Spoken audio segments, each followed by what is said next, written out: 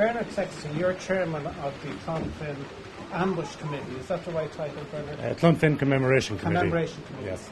And first of all, I suppose we have to say that today the weather didn't seem to dampen too many spirits, but we kept cheerful. We're disappointed with the weather, obviously. We're obviously disappointed with the weather, but Yeah. I think as a committee we expect in February we have to take what we get. And I think because we're here to honour the memory of the North Longford flying column, we have to appreciate that on the 2nd of February 1921, I'm sure things mightn't have been much better. Weather mightn't be much better. So were you happy the way it went? And Absolutely. Like every year we come here and we do the commemoration, and it gets amazing support from the community and further afield. A great credit must go to the Defence Forces and the Minister for Defence. Every year they're here. The members of the ONE, the Organisation of National Ex-Servicemen and Women, support this greatly every year too, as do Longford Pipe Band.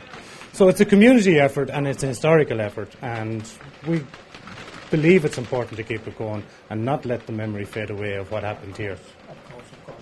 And is there anything planned? The commemoration is obviously 1921. Will that be a bigger event, or do you have plans for that? We hope to raise the profile. I think what has happened, in a sense, is that there's a generation out there that really don't understand the War of Independence. And I think with this being the 100th anniversary of 1916, we're starting to grow a lot of interest among a school-going generation, maybe, that don't really cover it on the curriculum, and especially don't cover local history on the curriculum. And Longford was such a critical part of the War of Independence that we feel there's plenty of room to grow and educate people.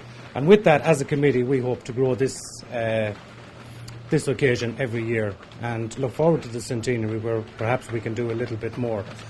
I think there has always been a very large family involvement. I think, unfortunately, and through the years, we may have lost contact with some families. And like that, this is North Longford, and it has been an area that has been synonymous with emigration. Yeah. And we even look at the North Longford flying column, the 21 members that were here, many of those emigrated, so that's how we've lost a lot of contact. But I'd say we're in touch with family members from, we'd say maybe 14 to 15 members of the 21. Mm-hmm. And social media has been fantastic, as we've actually renewed a lot of friendships with family members who are abroad living in the States. And I think they like to know that this committee is in place and that we're commemorating this event and keeping the spirit alive, as it were. Well, my own granddad, Sean Sexton was his name, or John Sexton as he was christened, but changed his name to Sean. He joined the Irish Volunteers in 1917, and through the ranks of the Irish Volunteers, then he went right up through. He did work during the 1918 or the 1917 South Longford by-election, and as the profile of the volunteers grew and North Longford got more active, he was then seconded into the North Longford flying column, which was picked from the ranks of the volunteers throughout North Longford. So he was one of 21 men here, and he took part through 1920 and into 1921 through arms raids.